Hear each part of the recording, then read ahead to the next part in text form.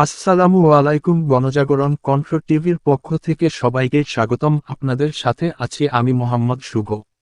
ফরিদপুর থেকে মোহাম্মদ হাফিজুর রহমান নিজস্ব সংবাদদাতা জানিয়েছেন, ফরিদপুরে আবাসিক হোটেলে অভিযান, 16 জন যুবক যুবতী আটক। কাস্টমার বাড়বে। আপনার বাড়ি কোথায়? মোটামুটি বরিশাল। এখানে আইছেন কেমনে? না আইসি আছে, বিলয় কথা তুই এখানে আইসি। যান যান যান। এদিক টাকাও এটা যে সিম কোম্পানি ও মেয়ে বিপ্লব মেয়ে পড়ে হ্যাঁ তো সিম কোম্পানির লোক না?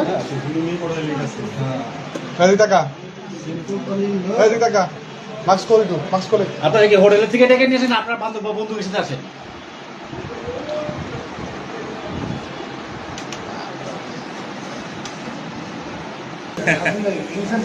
হ্যাঁ চলেন কয় মিনিট স্যার, একটু স্যার প্লিজ স্যার আসেন না স্যার, একটু আপনি আসলে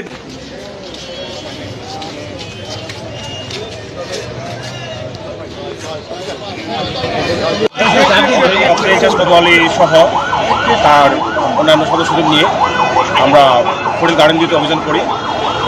আমরা বিভিন্ন সময় তথ্য পেয়েছি, এই গোপন তথ্যের মাধ্যমে আমরা জানতে পারি এখানে এই ধরনের অসামাজিক কার্যকলাপ হয়।